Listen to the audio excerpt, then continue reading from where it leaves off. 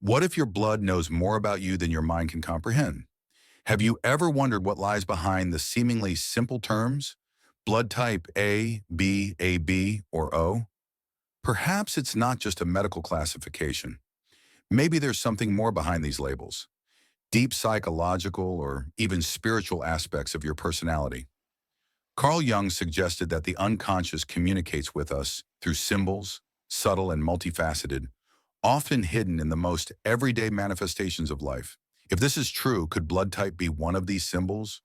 An elusive yet powerful sign of your archetypal nature?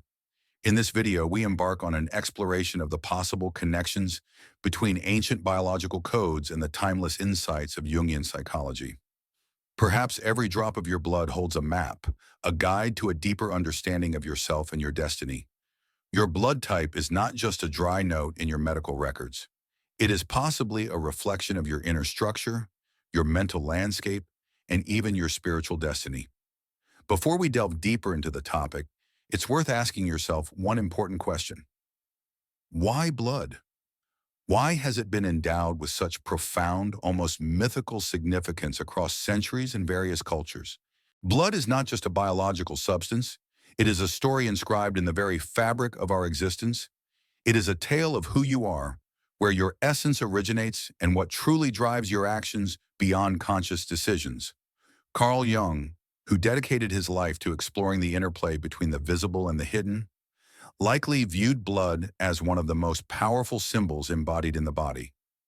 Its continuous flow reflects the deep psychological processes, the very currents that move within the depths of your unconscious. It is here that an amazing bridge between ancient symbols and modern psychological knowledge emerges, a space where the philosophies of the East and West converge at an unexpected yet harmonious point of contact. Long before Carl Jung's ideas entered the mainstream of Western psychology, a different yet equally intriguing perspective on blood was forming in Japan.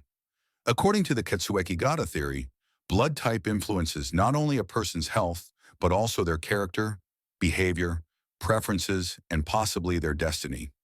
At first glance, this may seem like part of cultural folklore, something from the realm of popular beliefs. However, when viewed through a Jungian lens, this seemingly simple concept begins to reveal something much deeper. Here we encounter a rare phenomenon: two traditions, Eastern and Western, speaking the same symbolic language but from different viewpoints. Jung's archetypal system and the Japanese blood type typology unexpectedly mirror each other, like two mirrors facing each other. This is about psychological resonance, about recurring patterns that manifest across space and time because they are embedded in the very structure of our inner nature. And when you begin to recognize these patterns, they cease to be mere symbols. They become doors, entrances to a deeper understanding of yourself. All of this brings us to the very heart of Jungian psychology, to the inner path that Carl Jung called individuation. This is not just a concept, but a deeply personal, almost sacred journey toward wholeness.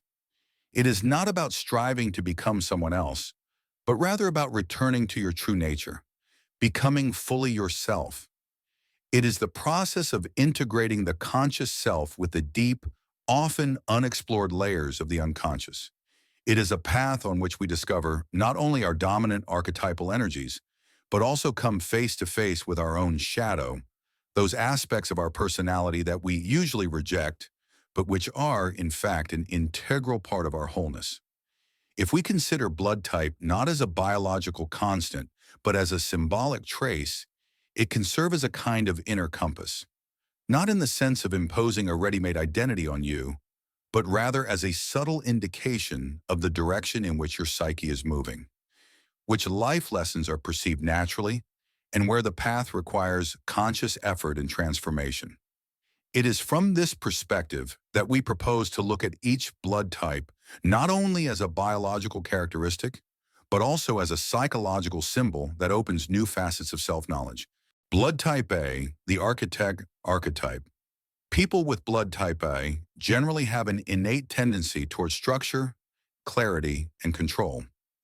In the symbolic language of Jungian psychology, they embody the archetype of the sage or the architect of order, Those who seek meaning through form, stability through discipline, and harmony through inner organization. Their inner world is structured like a carefully constructed system. It is filled with logic, subtle interconnections, and principles to which they remain true. These are people who think strategically, preferring deeply considered analysis over instantaneous reaction. They are comfortable in the space of ideas and structures. They know how to bring order to chaos, to see the whole where others see only fragments. It is often they who become the quiet but reliable center of a family, a team, a creative or business project. Their strength is manifested not in grand gesture, but in calm consistency, in the ability to maintain balance and set directions. However, every bright archetype casts a shadow. For those with blood type A, the danger lies in excessive control. Perfectionism taken to the extreme can become an inner prison. The pursuit of order can turn into a fear of chaos, and discipline into emotional numbness.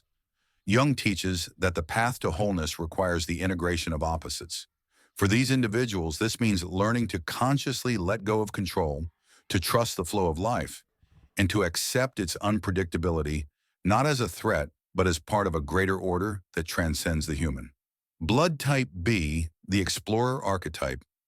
If those with blood type A find support in order and predictability, people with blood type B thrive in the space of freedom and spontaneity. Their inner compass is tuned not to structure, but to movement. In the symbolic language of archetypes, they embody the seeker, the one who finds meaning not in stability, but in experience, not in the known, but in the unknown.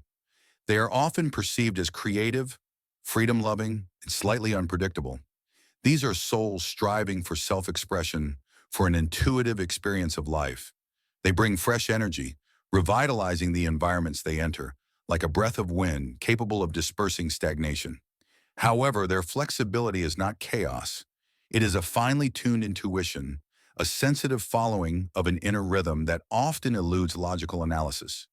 It is this connection with the unconscious that Carl Jung considered a true expression of the living soul through sincere creativity, emotional honesty, and a willingness to venture into the unknown. But freedom also casts its shadow. For those with blood type B, the challenge lies in inconsistency, difficulties with attachment, and the avoidance of structure. Their task is not to lose depth in endless motion, not to scatter their strength in multiple directions.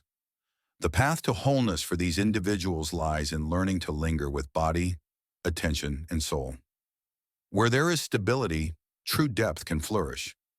And only by learning to be in the moment, not just fleetingly, but consciously, do they find their inner point of support. Blood type AB, the alchemist archetype. Now we come to the rarest and perhaps the most paradoxical blood type, AB. These individuals seem to carry two poles within them, discipline and intuition, rationality and emotionality. They combine the opposites of blood types A and B, not just alternating between them, but creating a new whole from them. From the perspective of Jungian symbolism, this is the archetype of the alchemist or the mediator, a being living in constant tension between dualities. Jung would undoubtedly see in them the potential for great inner reconciliation. They do not reject contradictions. They strive to contain, transform, and transcend them. Their greatest gift is perspective. They are capable of encompassing multiple levels of meaning with a single glance, seeing what eludes others. It is these people who become natural mediators between the worlds of logic and intuition, the rational and the sensory, the structured and the chaotic. They bring depth and nuance to conversations that others see in black and white. However, their path is not without trials. Such inner complexity can lead to indecision, blurred boundaries of identity, and fatigue from emotional and mental overload. Their shadow is the danger of getting lost in their own multitude of voices, losing inner integrity while trying to please every side within themselves. Jung would say that the task of those with blood type AB is to find an inner center of gravity, a rootedness in the authentic self that can withstand the tension of opposites, not by falling apart, but by gathering into a higher order. Blood type O, the hero archetype. Blood type O is the origin, the foundation. From an evolutionary standpoint, it is considered the oldest. And perhaps that is why it carries something primordial, pure strength, instinct, the energy of survival. It holds the archetypal memory of times when action meant more than contemplation and movement was a matter of life and death. In Carl Jung's symbolism, people with this blood type embody the archetype of the hero or the warrior, a figure standing on the boundary between chaos and order, protecting, awakening, and leading forward with strength. These are individuals with an innate sense of purpose and clarity of intention. Their actions are straightforward, their energy palpable, their presence captivating. In Jungian terminology, such decisiveness and directionality indicate a strong sensory-logical axis of the psyche, which interacts directly with reality and seeks to shape it through will and action. This is the energy of realization, embodiment, and overcoming. But even the hero archetype has its shadow. Where there is great strength, there is a risk of rigidity. Where there is confidence, aggression may appear. Where there is a drive to win, there is a temptation to ignore others' pain. The hero can become a dictator if they do not open themselves to the softer, more sensitive aspects of their soul. The path of individuation for those with blood type O lies in combining strength with compassion, drive with self-analysis, victory with vulnerability. A true hero is not only one who overcomes external challenges, but also one who can face their own shadow, not by rejecting it, but by transforming it into a source of wisdom. And so we return to the original question. What is your blood really telling you? Your blood type is not just a medical fact, not an impersonal code in an analysis. It is a symbol, a living thread woven into the fabric of your individuality, into the hidden layers of who you are. It does not dictate who to be, but it can hint at the direction in which to seek yourself. Carl Jung taught that the unconscious speaks to us through images and symbols, and the goal of human life is not to achieve an ideal, but to integrate, to bring oneself together, to accept all one's facets, and to become whole.